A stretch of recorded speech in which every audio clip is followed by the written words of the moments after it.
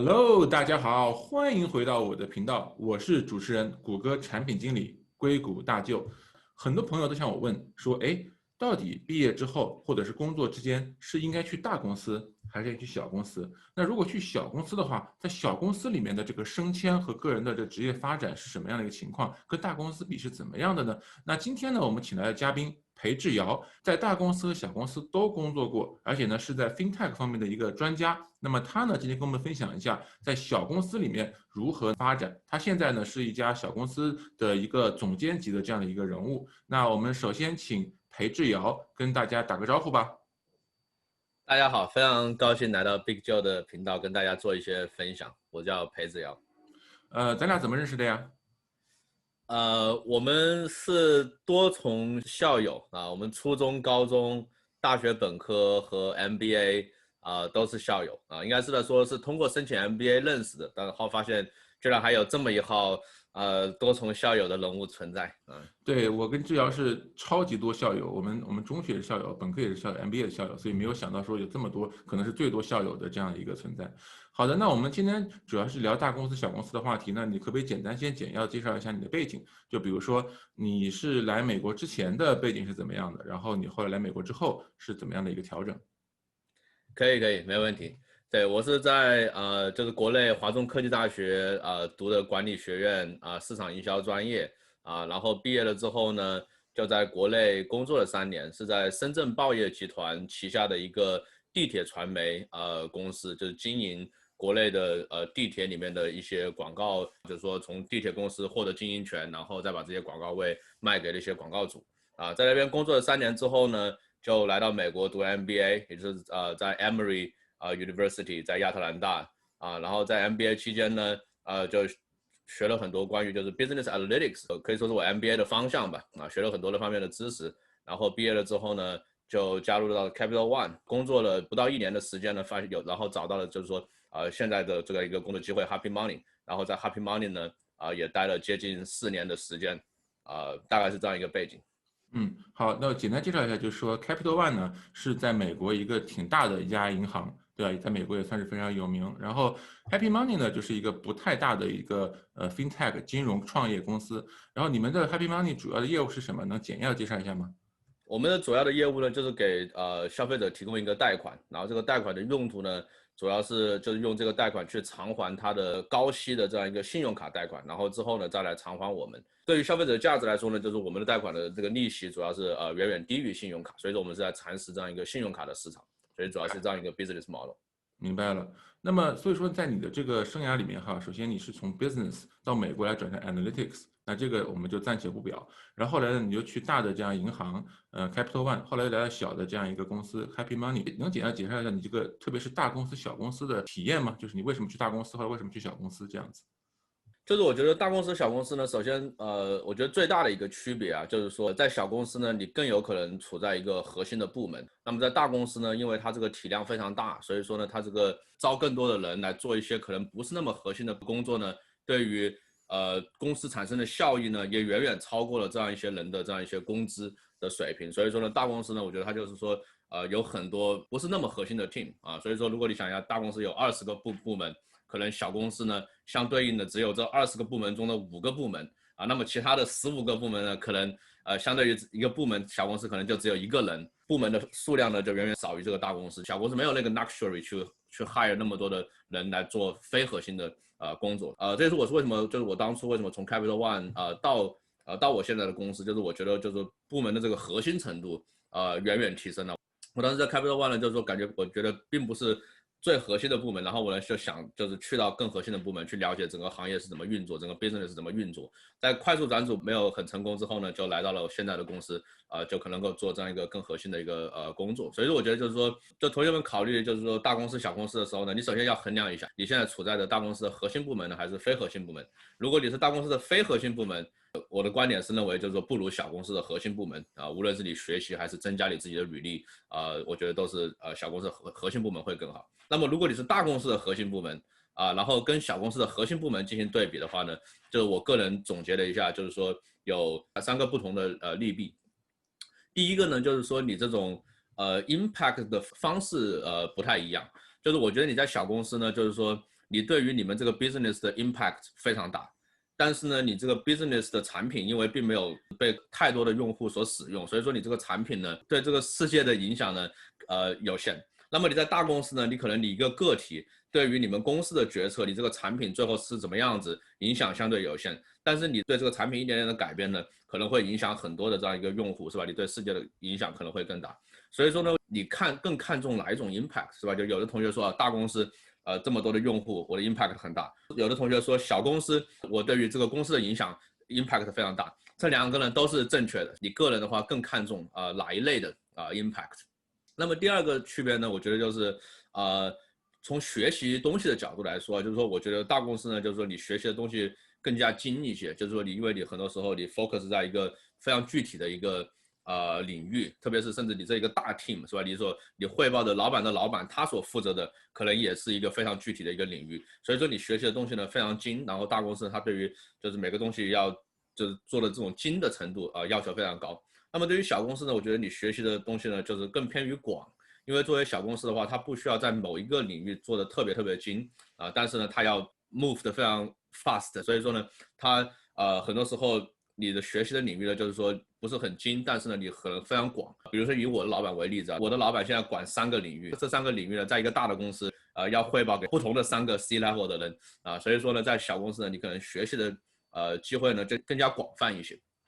这是第2点。第3点呢，我觉得就是大公司和小公司的区别了，就是说大公司呢，你又要会做事呢，做人呢也非常重要，是吧？就是说，作为小公司来说呢，也都很重要，但是呢，这个比例跟大公司还是有很大的区别，就是说你可能更看重做事，那么做人的话，相对而言稍微的要求会偏低一点。比如说，我们经常说大公司讲究 visibility， 那么这个时候你可能组织一些没有太多 impact 的一些 meeting， 把很多不同的部门的人请来，大家来讨论一下，这个可以增加你的 visibility， 但是可能实际上对 business 没有太多的一个 impact。那么做这样一件事情呢，在大公司的效用呢就远远大于在小公司做这样的事情。小公司大家更注重的就是说不仅是领导能够看到你而且的话就是说你具体到底做了什么事情因为小公司也更加小嘛，所以说你的很多一些 C level 的人跟你的接触其实也很多，所以说你不缺 visibility， 你缺的是你到底能够 make 什么样的 impact 那么作为大公司而言的话，很多时候你能够 make impact， 你还需要这样的 visibility， 所以说更多时候需要就又做人又做事。那么小公司在比重上更偏重做事。那这个地方我稍微再插入的就是往前问一步就你刚才讲的就是你为什么从大公司跳小公司，或者从大公司从大的银行 Capital One 到一个小的 FinTech 公司 Happy Money 的这样一个过程，但是你第一步为什么选择了大公司？就你第一步的时候你是先选的，你没有说我一毕业 MBA 毕业，我进入到这个分析领域我就选择小公司，那就说明这个东西你的选择还是有道理的。能不能简单介绍一下你第一步选择这个大公司的原因？没问题。第一步选择大公司还是小公司呢？我个人认为，从我自己的角度来说，包括了很多同学也是这种情况了，就是说，大家很多时候就是刚来美国只知道大公司就是说很多小公司呢，并不了解。比如说互联网行业 ，Google、Facebook， 大家可能自然而然的就说想 target 这些公司，那么更加一些小而精的一些公司，作为一个留学生可能都不是很清楚。作为美国人来说，可能也是一样的道理。比如说，如果你在亚特兰大读 MBA， 你可能都没有太多的渠道，就是说接触到一些西海岸的这样一些小公司所以说我觉得这是可能很大的程度上，至少是我自己的话，为什么就是 MBA 毕业了之后先去了大公司，我觉得有这个原因。我自己也思考了很多，就是说刚刚毕业就是说刚刚进入这个行业，大公司小公司怎么选择。杰克韦尔奇说过一个我个人认为比较经典的话了，就是说其实呢大公司小公司呢都有它的好处，就是大公司呢获取的呢是那个credential是吧，就是说你这样一个履历。那么小公司呢，你获取的呢是那个 mileage， 就是那个航空公司里程的那个 mileage那个词。在大公司呢，大家知道进这个公司很难，在这个公司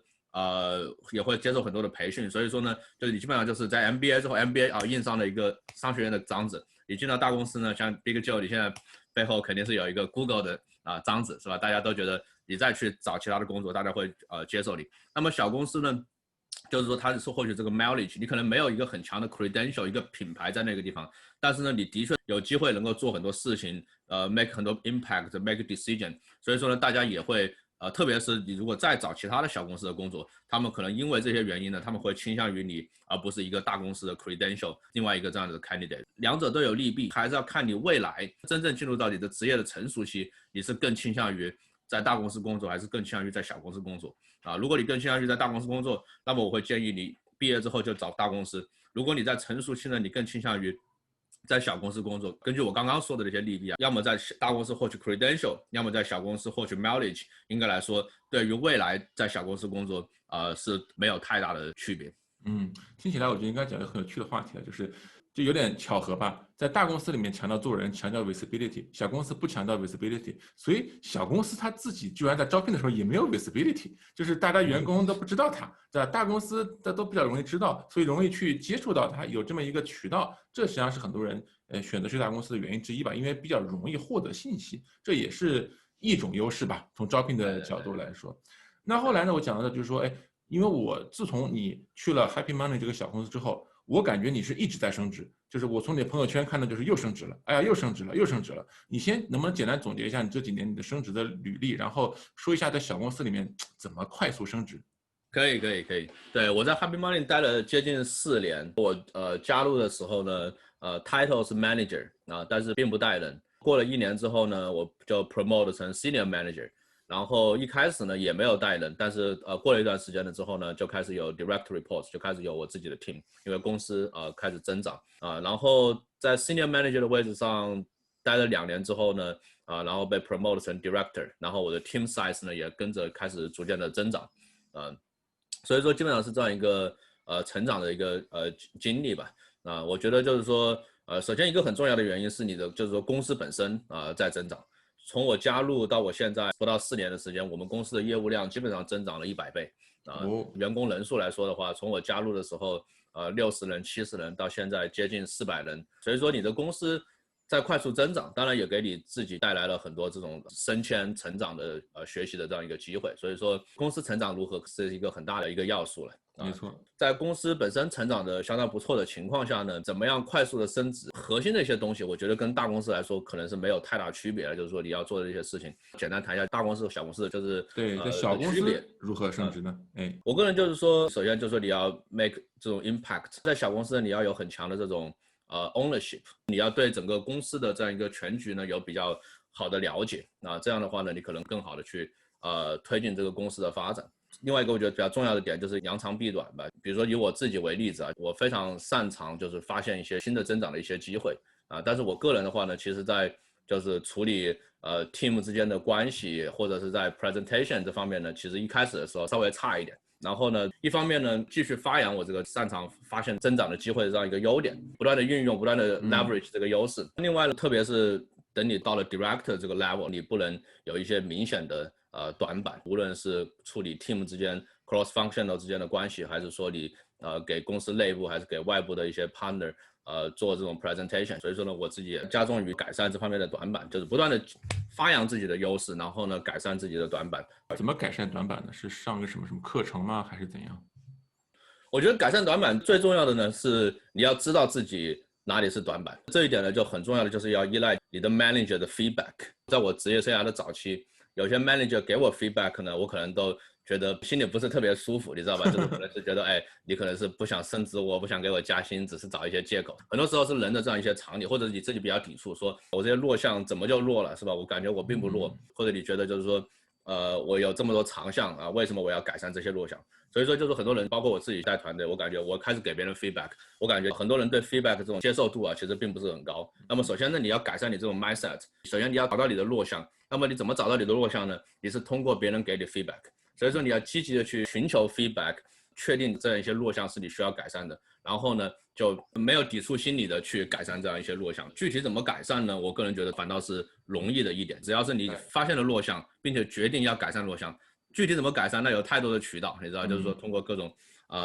工作的实践，其他情况的学习，我倒觉得其实是相对而言比较简单。重要的就是要 seek feedback， 还要 open to feedback， 要有个 open heart。对，用那个 Ray Dalio 的话说，就叫 very open minded。是。好，此时插入广告。本次节目呢是由硅谷大舅频道自己赞助、自己播出的。那我们呢是一个怎么样的频道呢？宗旨呢是向全球最顶尖的互联网人学习。那每周五的晚上在 YouTube 和 B 站，那在美国西部时间每周五晚上的5点钟，我们会放出一期视频。那不定期的呢，在周一晚上美国西部的晚上5点也可能会放出视频。我们在每周二的晚上美国西部时间晚上7点钟会有一个我们的直播节目，叫大舅小圆桌。那现在大家屏幕上看到呢，这样一个二维码呢，是我们的小助手，请你怎么样扫码，那他呢就可以拉你进我们的读者群。我们读者群里有各种各样的活动，也有怎么样各种各样的探讨，所以千万呢不要错过。那如果你喜欢我们节目呢，请记得给我们点一个赞。那这样的话呢，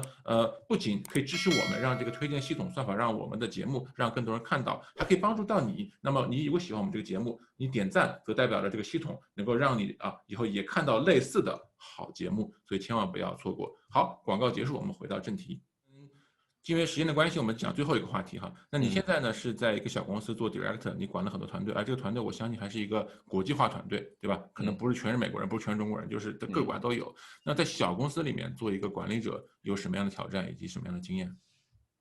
我个人觉得最难的事情呢，就是说你怎么样帮助你的团队成长，然后又不挫伤他的这种积极性。其实也是 give feedback， 你的团队某一个成员在某些方面需要提升，你怎么样去告诉他他需要提升，让他的确认识到他那个领域需要提升，然后又不 get frustrated。 你能说一个 tip 吗？对，关于给 feedback 的一个 tip 呢，我个人的经验就是说，在你给 feedback 之前呢 educate 你的 team 为什么我要给你 feedback 到底有什么作用，这个 feedback 在整个公司的这样一个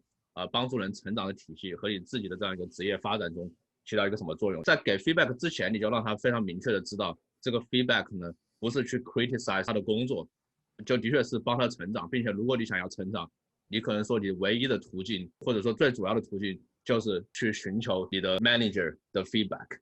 所以说当他听到说有 feedback 给你的时候，他应该感到 excited， 终于知道我要 work on 哪一些 areas， 就是要去改善哪些领域，并且也知道改善了这些领域之后呢，能够帮助他成为一个更好的职场人，能够更好的帮助他 promote 到下一个 level。所以说在你给 feedback 之前呢，就要提升你的团队的这样一个组织的成熟度，让他们知道 give feedback is a good thing not a bad thing。 就像我以前自己犯的错误，我可能之前并没有跟团队沟通，我直接就给 feedback， 那么这个时候呢，很多人特别是成熟度不是特别高的人很难接受，我之后我得亡羊补牢，我得告诉我给 feedback 是为了你好，不是要 criticize， 是为了帮助你成长。这个时候呢他能够理解，但是这个时候呢就更难了。如果你在之前没有 educate 他就是 feedback 的作用，并且他应该寻求 feedback 这样一个心态呢，